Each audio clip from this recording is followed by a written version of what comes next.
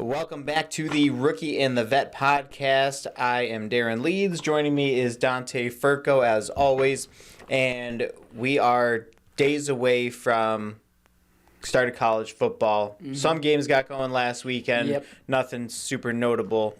But Big Ten football starts this weekend. Illinois bringing in Toledo on Saturday. And things are hyped around the Illini for this season. A lot of changes, a lot of new faces coming in, some big shoes to fill leaving our team last year. But it definitely seems like this defense is still primed to be one of the top in the conference, if not one of the top in the country once again, even with several notable departures with Devin Witherspoon, Sidney Brown, Quan Martin. I was trying to blank. I was blanking on his name. That's another thing we can talk about too later. Is a lot of roster cuts were just made in the NFL, and some of the Illini were a part of those. So we can definitely hit on that in the end. Some of the players making roster, some of them unfortunately not. Did Chase Brown make? Oh yes, of course. He made that roster, but another offensive guy did not. But let's stick around. Okay. We can talk about that at the end. I've been trying to keep up with NFL, but I've been focused on kind of college for as you should. The time preseason being. for. We still got 2 weeks for NFL. Yeah. But yeah, college is getting going, and yeah, everyone in Champaign, Central Illinois. If you're an Illini fan, hopefully you're excited for this season. So yeah, let's start it off. That defense led by the law firm. Newton, Randolph. Yeah. Feel like we need to tack on another name or something. Yeah. Law firms always have those big, long names or something, but maybe somebody else gets added to the firm this year. We'll see. Yeah. I mean, if I had to add anybody, it'd be Gabe Jackas. Yeah. He's at that. I feel like he doesn't really have a set position. He's kind of a linebacker, kind of a defensive end. Yep. He kind of shifts a little bit. He's somebody that is going to be in that same category in a couple years. He's someone I'm excited about this year. I think Illinois fans, they haven't seen him up close and personal this summer like some of us in the media have. He's a big guy. Like, he has truly grown. Looks like he's hit the weight room all summer. So he could be one of the best, linebacker, defensive lineman, linebacker in all the Big Ten. Okay. And that'd be something. Yeah. Because I know, Johnny's been talking.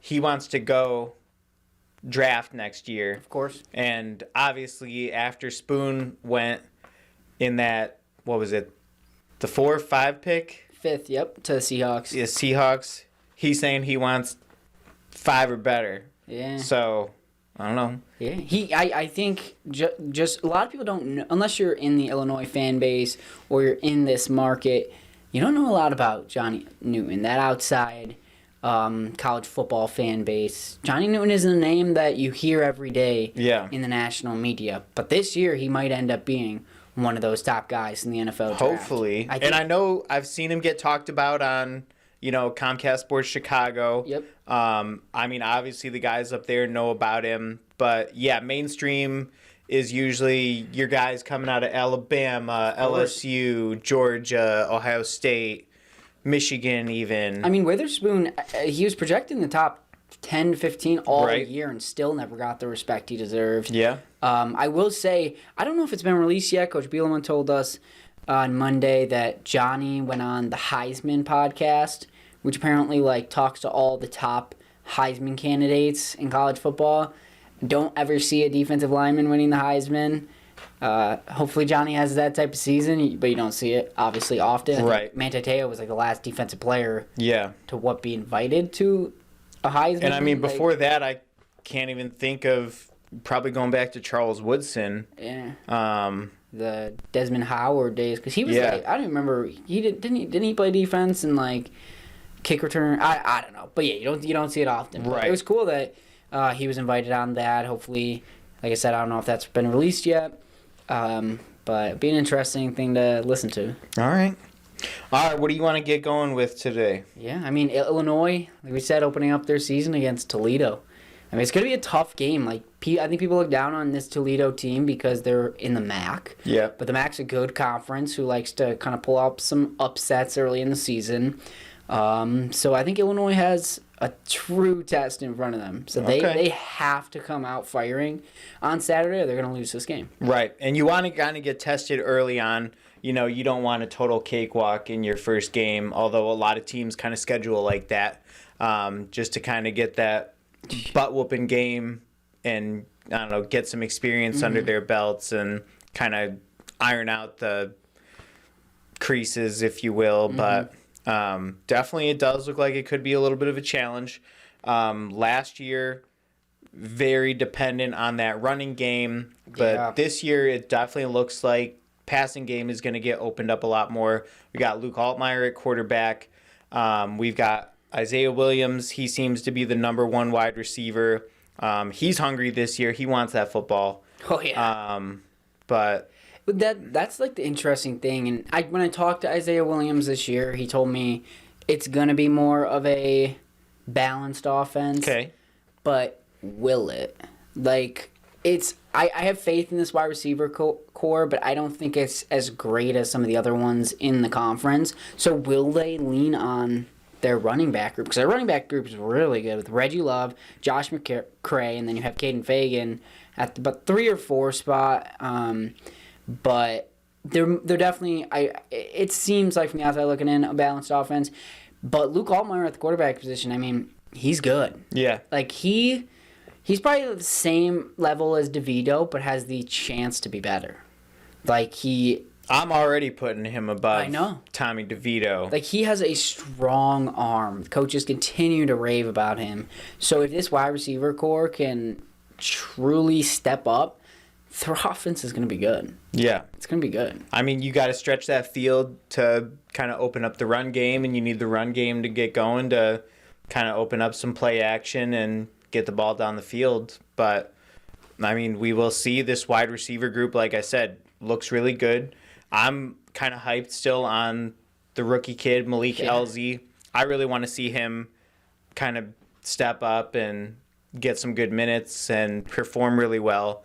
I don't know why. I just like seeing his stuff. And of course. If he can continue to, build on what he's already done in high school, because he put up numbers there. Huge numbers.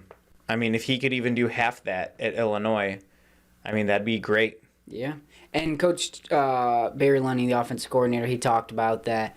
Don't be surprised if Malik Elzy gets some big minutes in this week 1 game. I think, I've been saying it all off-season, preseason, I think Malik has the opportunity to slide, like, very quietly slide into that wide receiver 2 spot. Okay. Behind Isaiah Williams. I think it's going to take some time, but he's that good.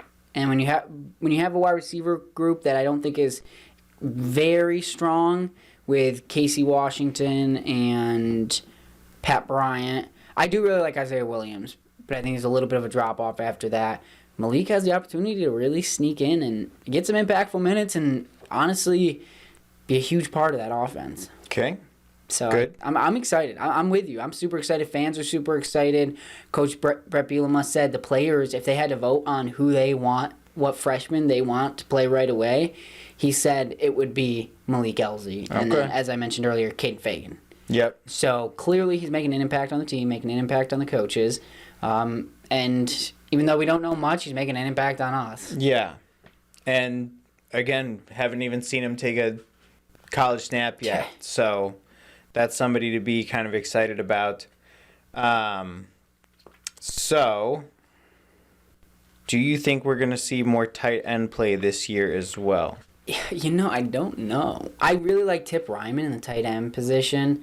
But I don't know. Like, last year they had an interesting scheme with their tight ends. Felt like everybody was just kind of rotating, and if they were open, it was like, we'll hit them. But there was never really much design to the tight end, it felt like. I mean, obviously I don't know the playbooks, but they kind of just occasionally hit their tight ends. It was a big emphasis on Chase Brown, obviously. Yep. They would hit Isaiah Williams, Hightower, But I don't know. I think they have a good tight end group. I mean, you have Tip Ryman, Griffin Moore. Tip Ryman, I believe he's a fifth year. He's also a captain. Which, I mean, the guys trusted him and to lead their group. But I don't know yet. I think we'll see in that first game. If the tight end group makes a big impact, there's some big guys. So maybe they're used more in the blocking scheme. Or maybe we do see them going out and catching passes, catching touchdowns. But I don't know. I guess we'll see. All right. And let's talk defense a little bit. Obviously, that's probably where we saw some of the bigger departures from last season. And already we're saying Matt Bailey's not going to be playing week one. It's safety injury. Yep, he's dealing. I think he's been dealing with something with his ankle foot for a while. Okay. Over the summer, they said he'd be back and ready to go for week one, but I guess things just didn't go as planned. Maybe they pull a rabbit out of a hat and just rule him available that day. I don't think that's going to happen. But, yeah, expect him to be out for that week one game against Toledo. Huge impact in the secondary at that safety position. Once you take him out, you're likely throwing in a cornerback into that safety position, which could be Nicario Harper, I think, which he's kind of that player that can play anything on that defensive backfield. But Matthew Bailey, the way he finished last year, and then he performed in the bowl game in the absence of Sidney Brown because he decided to opt out, he's a talented kid. And if they can have him on the field, they give themselves an even greater chance of winning ball games. Okay. Does that mean we're going to have to start to see more pressure on the quarterback, do you think, in this first game just to kind of make up for that little bit of a lack in the secondary? Probably. And what's so tough is in this first game, you have a quarterback for Toledo who's not afraid to run the ball, DeQuan Finn. He's a fast guy. Yeah. And he's accurate. He had some issues with his interceptions last year. But the tough part is if you rush him, if you rush a quarterback like that who's fast and you kind of take a poor route on it, say you're Johnny, that guy's gone. Like, DeQuan Finn is gone. And if you don't have somebody in that secondary that's going to make that tackle, it's going to be tough. Okay. But I don't know. I'm sure there's going to be a lot of pressure on the quarterback when you have Johnny and Keith, and you have Jackus, and just a great defensive linebacker group. But I don't know. I don't know how that works. I guess we'll see. They have a good cornerback group this year. Yeah. Not what it was last year, but that may help in the absence of Matthew Bailey for this first game. The hope is he's back for Kansas.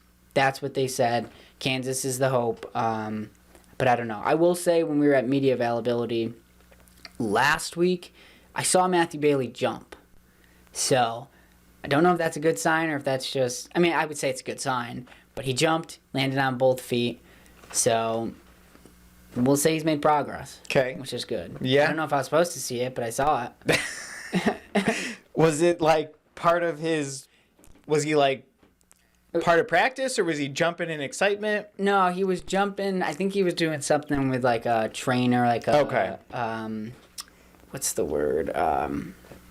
Just physical therapy? Physical therapy, yeah. Kind of like where he was jumping. It was in like the corner of the workout room. But... It's better than not jumping. Yeah. Being able to off that ankle and foot. So it's a good sign. Hopefully he's back for game 2 against Kansas, because another quarterback that can escape the pocket. And that's going to create some issues for that defense with Kansas. Okay. And let's see, what other key points do we got? Interesting, Johnny Newton's facing off against his brother. Yeah. They won't directly face off, but... he might get some tackles, maybe... at the wide receiver position with his brother. I don't know. Because you don't see many defensive linemen tackling the wide receiver. Right. But maybe. Maybe on like a jet sweep that's or that's something exactly like that. Thinking. Maybe he comes in, Newton gets a tackle. I don't know. I would love to see that. He even emphasized he'd love to see that. He wants to hit his brother. Yeah. As any brother would. Right. I just can't imagine, like, the parents, like, the family, like, your kids are at... one of the, I mean, you could argue college football is bigger. It's not bigger than the NFL, but it's right up there with the NFL in terms of, like, making it. Like, it's to have both of your kids playing on the same field in a Division I football game, that's special. Yeah. That's super special. And didn't you say he's buying up tickets left and right or trying to get them just for bring the whole family in? Yeah, he told me there's 68 family members. That might have grown by now. He told me 68 family members are locked in for Saturday's game. He doesn't have all the tickets yet. He might by now, but he's been working on it. But I feel like if you're Johnny Newton, you're gonna get the tickets. Yeah. But we may not see them together, the whole family. I got to remember that for Saturday. Get some video of that family all together. That's like an entire section. It's an entire section. My goodness. They need to get them like a box, but there's not a box to fit 68 people. Yeah, I think they're only good for about 20 or Probably. so, maybe something like You that. can put them up in the media press box, but I will say I did ask him who will they be representing, and he was like, "We might see some split jerseys. We might see." One side of my family repping Toledo, one side of my family repping Illinois. I was gonna say if you're coming to Illinois, got to represent Illinois. Yeah, but so that would be cool. I'm sure there'll be some split jerseys. I love that when the Kelseys did that for the Super Bowl. Yep. They had the white on one side and then the other color on the other side. So maybe we see that on Saturday. Have to keep an eye out, but it's exciting. Yeah, he seems excited. I mean, he loves his brother. What's so funny is I haven't checked on the age, but he says it's his big brother. So he's older than him, but Johnny is taller. Oh yeah, and a built guy. Yeah. So it's really his smaller brother, in a way. Yeah. But older, smaller brother. Yeah. Okay. Where do you want to move on to next? I mean, we can talk about kind of who do you think from this game does Illinois need at their best to win this game against Toledo? Honestly, in my opinion, it's got to boil down to the quarterback. Luke Altmaier needs to go in, needs to take command,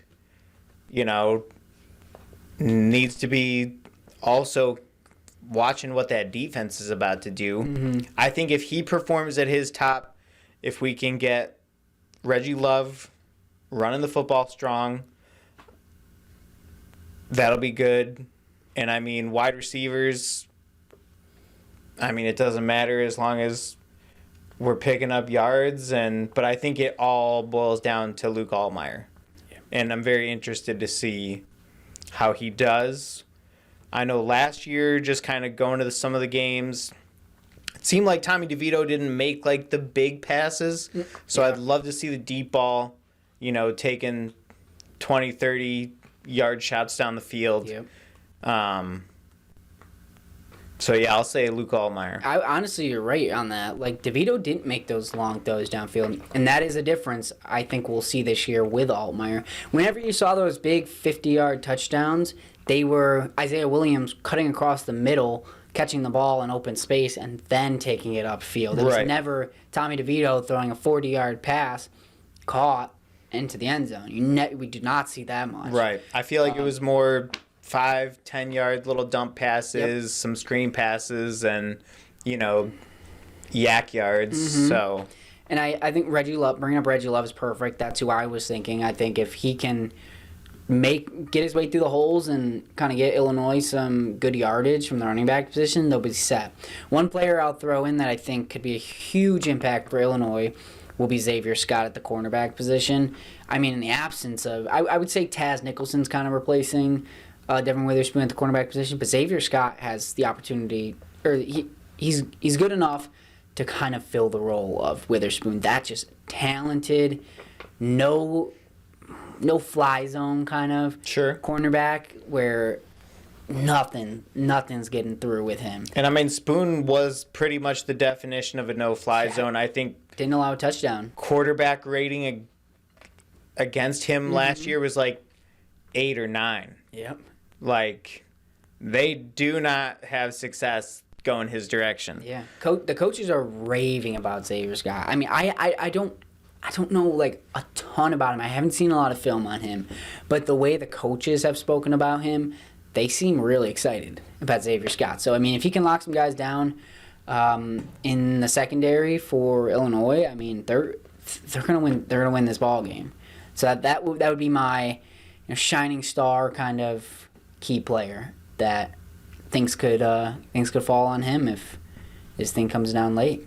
And how's our offensive line looking this year? Because a lot of the, quarterback play, running back play kind of falls on those 5 guys. Of course. I mean, the offensive line's good this year. The main 3 guys would be like Julian Pearl, Isaiah Adams, and then Josh Kreutz. Isaiah Adams is really good.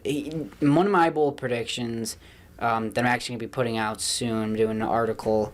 I think Isaiah Adams has the opportunity to be an All-American. Whether it's first-team All-American or second-team All-American, Isaiah Adams is that good. I think he's a guy that will play on Sunday come next year because he's a senior. Last year he transferred in from JUCO. So he's somebody really good. Julian Pearl's really good. I believe he's a Danville graduate, Danville High School graduate with Caleb Griffin.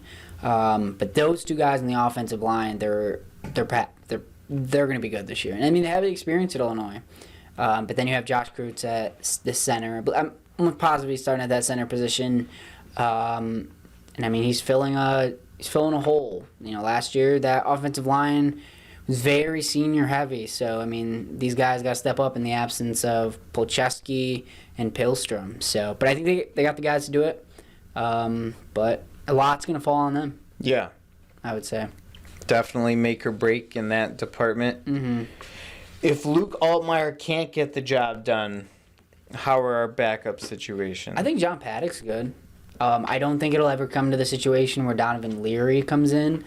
Hopefully not. That's nothing against Donovan Leary. It's just you hope the 2 guys in front don't get hurt. Right. Or it comes to that point where they're playing that bad that you end up with the 3rd string. John Paddock's good. I mean, he's a 5th-year senior. Transfer from Ball State. Yep. He's been around the block. He's played Legacy Child of Illinois. I believe his dad, his dad, his uncle played at Illinois, and then his grandfather. But he's good. He fought with Altmaier for that starting position. I think Illinois led us on to believe it was more of a tougher competition, but I think it was always Altmaier's to lose. But Barry Lunny seems to really like him from what he said in his press conferences, the offensive coordinator. So if something were to happen to Altmaier and Paddock needs to step up, I think it's a good quarterback to have. I think they're in a better place than they were last year because when DeVito went out against Iowa and missed 90% of the game, you had Art Sikowski come in. Yep. And it was not good. He could barely get him past the 50-yard line. So to have John Paddock, experienced and good quarterback, if anything were to happen, I mean, you got a guy you can trust. Okay. I would say. How does he look, say, pockets collapse in? He can run. Can he? Yeah, he can run. Okay. He's a smaller guy. He's probably about maybe 6 foot, but he's a quick guy. From everything I've seen, he can run if he has to. He's not the type of quarterback you're going to design. Like, he's not like I'm trying to think of a quarterback, because I don't want to say Lamar, because nobody's like Lamar Jackson, but he can run, but you're not designing the plays for him to run. Let's say Josh Allen. Yeah, kind of. Just not as tall. But yeah, he can run if he has to. So if that pocket's escaped, and he can throw the ball, and if he has to, he can run. Okay. All right.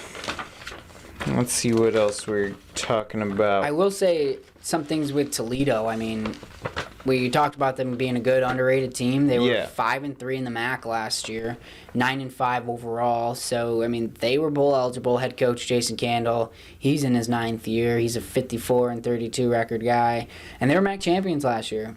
I mean, they're a good team. They're very talented, very experienced. I mean, with teams like that in the MAC, get a lot of experience because not many guys leave for the draft so early on.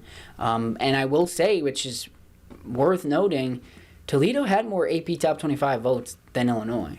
I think Toledo had like 7. Illinois had 3. Interesting. So clearly people have higher hopes for Toledo than they do Illinois this year.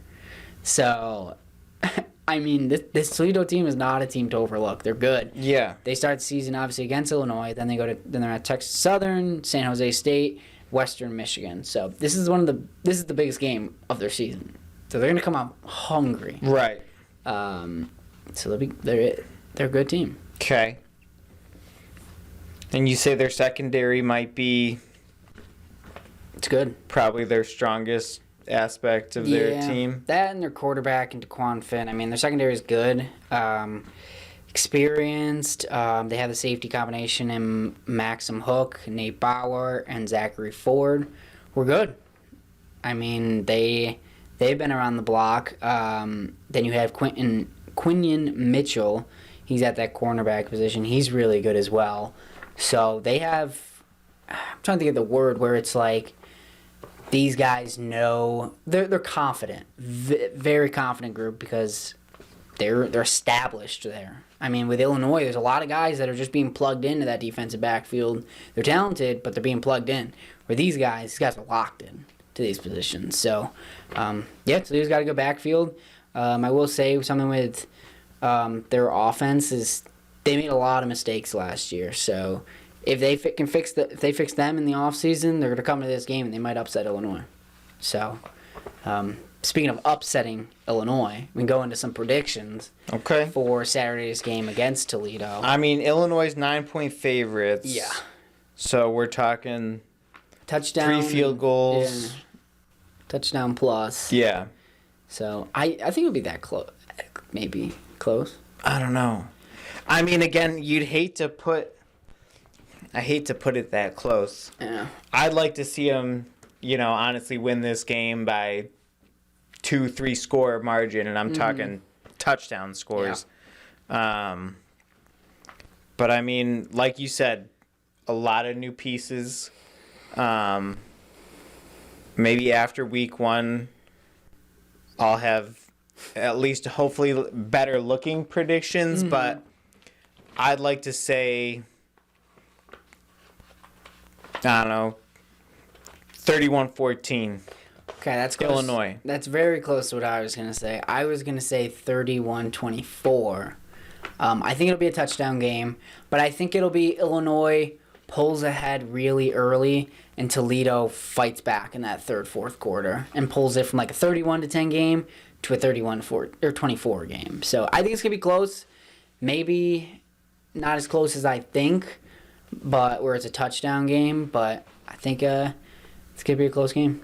Yeah. I mean, Illinois is trying to wash the bad taste out of their mouth from last year's finish, 1-4 to finish the year. I mean, it's been talked about nonstop to us all summer long. They hated how last year ended. Yeah. So they're coming in here eager and hungry. I know there's going to be a lot of fans at this game. I mean, 10,000 season tickets sold during this off season. So it's one I don't quote me on this. I think it's like the biggest in history at Illinois. If not one of the biggest sales in history. So there's going to be a lot of fans. Students just got back in campus. They don't stop walking across the streets, jaywalking over there. I almost hit like one a day. Oh my gosh. But I'm sure the Orange Crush is going to be excited. Be back, that student section. Yeah. So. I mean, I'm definitely excited. I really want them to do well. Which I think they will. Hopefully. And this game's on the Big Ten Network. Yep. Obviously, the big game of the year is going to be that Penn State game. Who are they playing? When Penn State comes here. Yes. Fox College. Yep. I thought you meant weekend, like this week. whatever. That'd be huge because both teams will probably be 2-0 heading into that game. I just think avoid campus that weekend even. Yeah. Unless you're going to the game and you have to be there. Penn State fans will travel too, probably. But yeah, it's going to be a madhouse. Oh, of course. I mean, that's the game I'm excited for. I think Illinois will be in the top 25 by then. If they win their first 2 games, they'll be in the top 25. Yeah. They could be in the top 25 if they win this first game, depending on how things go. Then they obviously got that Kansas game. Both teams could be 2-0. Penn State's ranked, I think, 9th in the country. Something like that. I was looking, so just based on what the Big Ten is expanding to for next year, there are 6 out of the top 15 are Big Ten, and that includes Oregon and Washington. So the other 4 being, your Ohio State, your Michigan, your Penn State. Who was the other one? That's going to bother me now. Did you say Oregon?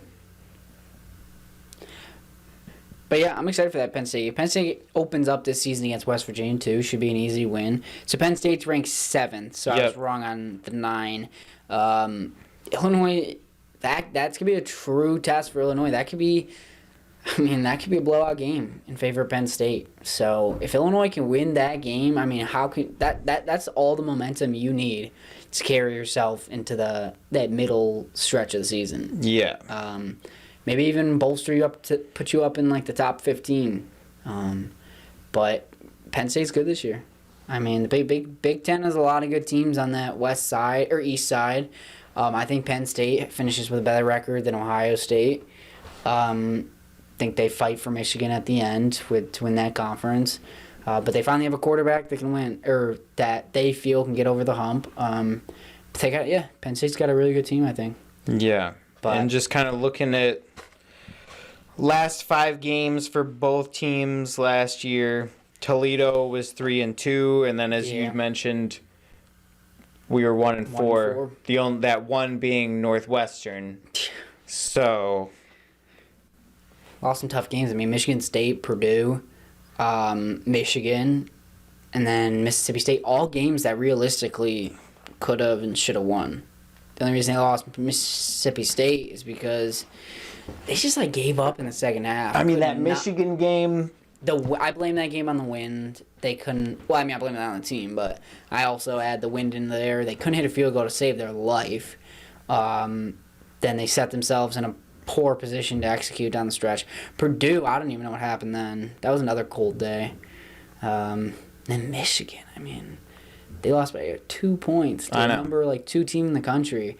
It's because I remember there being some poor calls down the stretch. Was Blake Corum out at that point in time? Yeah, he got hurt against Illinois. Illinois was the one that hurt him. Yeah. That was the game Witherspoon got called on a pass interference, defensive holding in the final 5 minutes of the game, and it was clearly not a penalty. But I mean, Michigan's gonna get that call on their home field in the final second to last game of the season, fighting for a playoff spot. But yeah, I mean, I'm excited for some Illinois football finally back. Yeah. I'm gonna get it this Saturday. I'm trying to think if there's anything else with this game heading into this weekend with Toledo. I think we kind of hit on everything. Yeah, 6:30 start time. I mean, forecast looks good. That should be comfortable. Mm-hmm. Temperatures look like, at least for the afternoon, they're going to be around 90. Yeah. So by the time kickoff's coming around, probably, I don't know, mid-80s, give or take. But a little bit of humidity, but, I mean, Toledo's kind of up around northern Ohio, so I'm sure they're no stranger to some of the humid weather as well. But perfect. All right, you wanted to talk about cuts. Yeah, I mean, the big one that I want to mention was Tommy DeVito. He was cut by the Giants. I saw it coming, but he had a really good preseason. Yeah, I was going to say, he played pretty well. I think it just came down to they didn't want to keep a third quarterback. Wouldn't be surprised if he signs with their practice squad. I think it'll end up just being that. But he might have proven himself to another team that he can be a backup quarterback or a third-string quarterback. So we'll see. I think we'll probably find out in the next day or two where he ends up, what he ends up doing. But wouldn't be surprised if he's just back on that Giants practice squad, especially since he lives so close to MetLife Stadium, being a Jersey kid. So I think that was a big reason why he wanted to sign there. And who knows? I mean, in front of him would be Tyrod Taylor, which he's aging. Yeah, that guy's been around the block. Yeah, and then you have Daniel Jones. So, I mean, DeVito might get a shot this year to back up for the Giants, so we'll see. Another guy I saw was cut was Calvin Avery. He's defensive tackle he's with the Vikings. He got cut. I haven't seen anything on Kendall Smith. We've got a number of Illinois alumni that are on the Redskins. So and I didn't realize how many of them were on the Redskins. Yes, Kendall Smith's one of them. Because I know all of them and Chase Brown took a picture during their last preseason matchup. And that I didn't even realize how many guys were on Washington. Mm-hmm. I mean, sorry, I keep saying Redskins. Commanders. My bad. Yeah. So I don't see anything with Smith. I mean, he had a pretty good preseason with the Commanders, but doesn't look like... I mean, because that's where Quan Martin had gone, right? Mm-hmm. He had a pretty good preseason, too. looks.